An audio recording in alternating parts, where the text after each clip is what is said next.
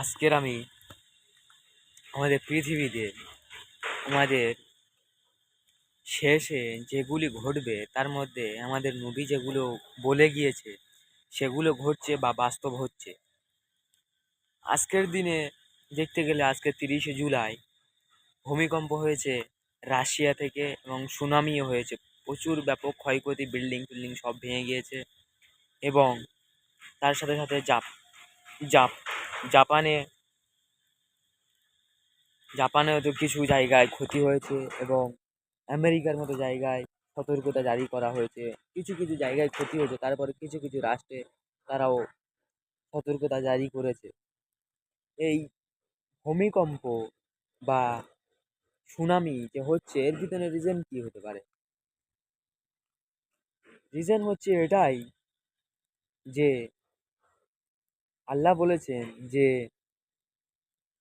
যখন যে দেশে যে রাষ্ট্রে জেনা বাড়বে সে দেশে আমি তাদেরকে ভূমিকম্প সুনামি দিয়ে তাদেরকে শেষ করে ফেলবো। আজকের দিনে দেখতে গেলে সবচেয়ে মূল জেনার কেন্দ্র হতে গেলে দেখতে গেলে পশ্চিমারাই থেকে উৎপন্ন হয়েছে এবং পশ্চিমারা সেটাই থেকে পৃথিবীতে বিস্তার করছে। যে কোনো জেনা তাদের থেকে আমরা ইংলিশ, তারা ইংলিশ তাদের দেখে আমরা শিখছি। প্রত্যেকটা দেশ তাদের দেখে শিখছে জেনা কিভাবে করতে হয়, ব্যভিচার কিভাবে করতে হয়। প্রত্যেকটা দেশ তাদের কথা মতো চলছে। আল্লাহ বলেছেন যে দেশে আমার সংবিধান খিলাফ কোনো কাজ হবে, আমার নীতির বিরুদ্ধে কোনো কাজ হবে, সে দেশকে আমি পুরো একদম ধ্বংস করে দেবো।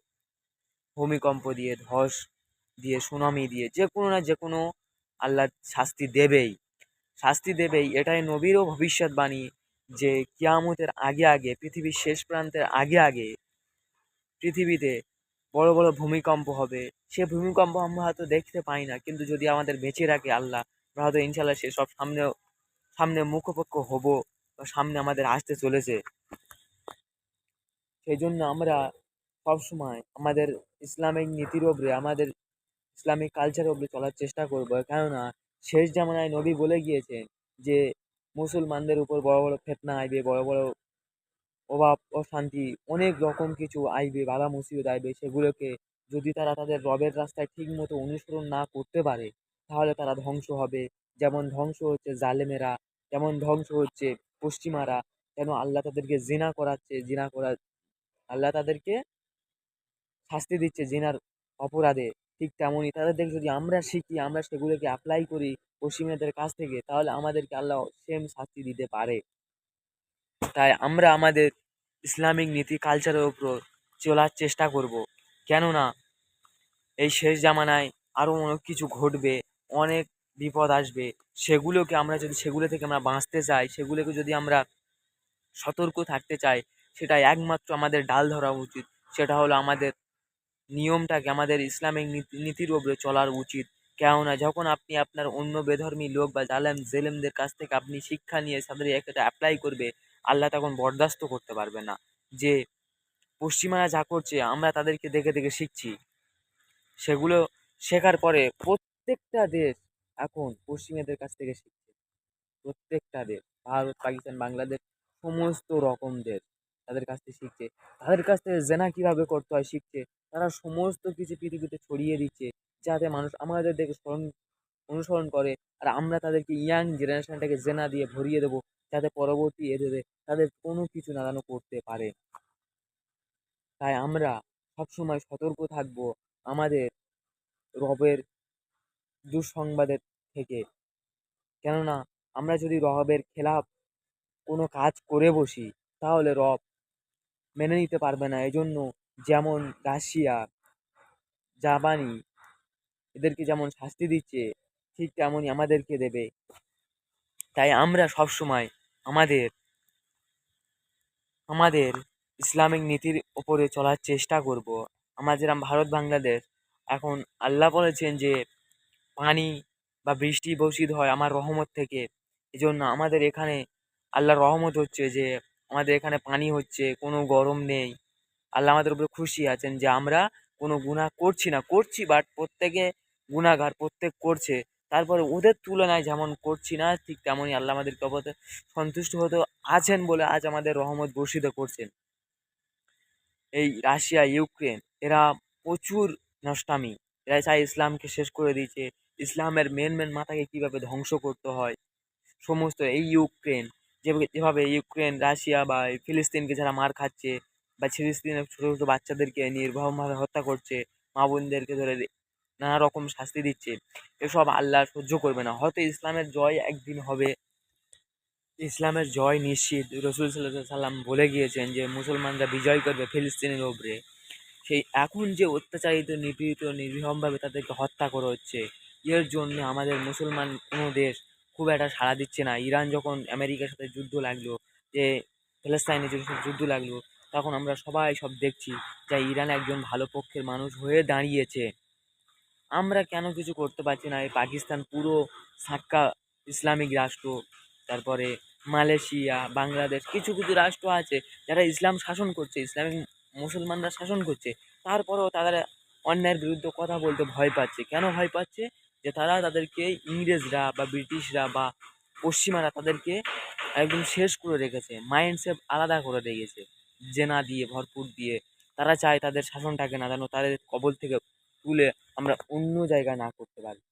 জন্য তাদের থেকে আমরা সতর্ক থাকা উচিত যে আমাদের নীতির ওপরে, আমাদের ইসলামের নীতির ওপরে চলার চেষ্টা করি, না যেন আমাদের রব আমাদের থেকে আজাদ দেয় না দেয়। এই জন্য আমরা সবসময় এই দোয়া করি, এবং ফিলিস্তিনের জন্য আমরা দোয়া করি যাতে তারা মুক্তি পায়, এবং নিপীড়িত সমস্ত ধরনের দেশ যাদেরকে এদেরকে অ্যাটাক করছে তাদের ধ্বংস তো হবেই ইনশাল্লাহ। শুধু ফিলিস্তিনবাসীর জন্য আমরা দোয়া করি, এবং যাদের কাছে সমর্থ আছে তারা ত্রাণ পাঠাবার জন্য ব্যবস্থা করুন। আফগানিস্তানের মতো দেশে তাদের সমুদ্র বোতলে করে নিয়ে খাবার বা ত্রাণ ভেসে দিচ্ছে, যাতে করে তাদের গন্তব্যে বা প্যালেস্তাইনে পৌঁছে মানুষ খেয়ে বেঁচে থাকে। এটা পাচ্ছে, তাদের উদ্দেশ্য যদি ঠিক থাকে তাহলে আল্লাহ তাদের অবশ্যই সেই স্থানে পৌঁছে দেবে, যেই উদ্দেশ্যে যদি তারা সেই কাজটা শুরু করে। আফগানিস্তান এমন একটা তাদের মনের উদ্দেশ্য ছিল যে আমরা বোতলে করে যদি খাবার ভরে যদি সমুদ্রে বা ফেলে দিই তাহলে আল্লাহ ঠিক তাদের কাছে পৌঁছে দেবে। ঠিক এমনটাই ঠিক হচ্ছে, যেমন আগে করছিল কিছুদিন আগে। এখন দেখা যাচ্ছে সোশ্যাল মিডিয়াতে ভিডিওতে যে তারা সেই ত্রাণগুলো পেয়েছে এবং পেয়ে খুব খুশি হয়েছে। এই খুশি হওয়ার কারণে তাদেরকে আফগানিস্তানের মধ্যে রাষ্ট্র আস্তে আস্তে আগে বাড়ছে। তারা এখন একমাত্র দেশ যারা আফগানিস্তান, যারা এখন ইসলামের খিলাফত প্রতিষ্ঠা করতে চাইছে। ওরা যদি এইরকমভাবে চলতে থাকে ইসলামিক এর উপরে, সুদ হারাম সমস্ত রকম তাদের থেকে কোনো কিছু, কোনো দেশের সাথে তাদের কোনো মিল নেই। তারা ইসলামিকভাবে পুরো রাষ্ট্রটা পরিচালনা করছে। যদি ইসলামিকভাবে এরকম যদি পরিচালনা করতে থাকে তাহলে আগামী 10 বছরে তাদের অবস্থান টপ লেভেলে থাকবে। এটা গবেষণায় দেখা যাচ্ছে। কারণ প্রচুর আফগানিস্তানে উন্নত হচ্ছে, দেশ আগে বাড়ছে, সব আল্লাহর রহমত। যদি আল্লাহর রাস্তায় আমরা মিলিত হই, বা আল্লাহর রাস্তায় আমরা আল্লাহর শাসনে যদি আমাদের রাষ্ট্রটাকে পরিচালনা করতে পারি, তাহলে আমরা অবশ্যই কামিয়াবি হব। আল্লাহ আমাদেরকে অবশ্যই কামিয়াবি দান করবে। তাই আমরা সবসময় আমাদের ইসলামিক নীতির ওপরে, আমাদের ইসলামিক শাসনের ওপরে, আমাদের এর ওপরে অন্যায় কাজ থেকে, পশ্চিমাদের কাছ থেকে যেসব অন্যায় কাজ হয় সেগুলো থেকে আমাদের দূরে থাকতে হবে। সবসময় আমাদেরকে কিভাবে একটা ভাই অন্যায় বিরুদ্ধে মার খাচ্ছে সেই সব প্রতিবাদ করতে হবে। আল্লাহ যেটা করলে খুশি হবে সেই রকম কাজ করতে হবে। না হলে আমাদের ওই পশ্চিমাদের মতো যেমন ভূমিকম্প ধস দিচ্ছে, রসুল সাল্লাল্লাহু আলাইহি সাল্লাম বলে গিয়েছেন হাদিস যে শেষ জামানায় লাস্টের দিকে বড় বড় ভূমিকম্প হবে। হয়তো এগুলো ছোট আমাদের দেখা, কিন্তু এর থেকে সামনে আরো ভবিষ্যতে বড় বড় আসবে, হতে পারে, হবে। যেগুলো ভূমিকম্প ধস বড় বড় দেশে যেটা জিনা ব্যভিচার হয় সেগুলোকে ধস নেমিয়ে আল্লাহ রাব্বুল আলামিন তাদেরকে ধ্বংস করে দিতে চাইবে। সব অনেক অনেক বড় বড় পাপ হচ্ছে যেগুলো আল্লাহ বরখাস্ত করতে পারছেন না। ওই জন্য সমস্ত রকমের জেনা থেকে কেন্দ্রগুলোকে তারা আস্তে আস্তে আল্লাহ রাব্বুল আলামিন তাদেরকে শাস্তি দেওয়ার জন্য বার্তা পাঠাচ্ছে। তারা তো বেধর্মী, তারা জানবে না। যারা মুসলমান, যারা মুসলিম, যারা ইসলাম মানে, তারা বুঝতে পারে যে আল্লাহর এটা কত বড় আযাব। তাই এই আযাব থেকে আমরা বাঁচার জন্য অবশ্যই আমরা আমাদের কোরআনকে মেনে চলবো, হাদিসের উপরে চলবে, এবং ইসলামিক পররাষ্ট্র কীভাবে গঠন হয়, কীভাবে অন্যায় আল্লাহ যেগুলো বলেছেন সেগুলো আমরা মেনে চলার চেষ্টা করবো ইনশাল্লাহ। তাই এই ভূমিকম্প থেকে বাঁচার জন্য আমরা সবসময় আমাদের রবের অনুকরণ মেনে চলবো ইনশাল্লাহ।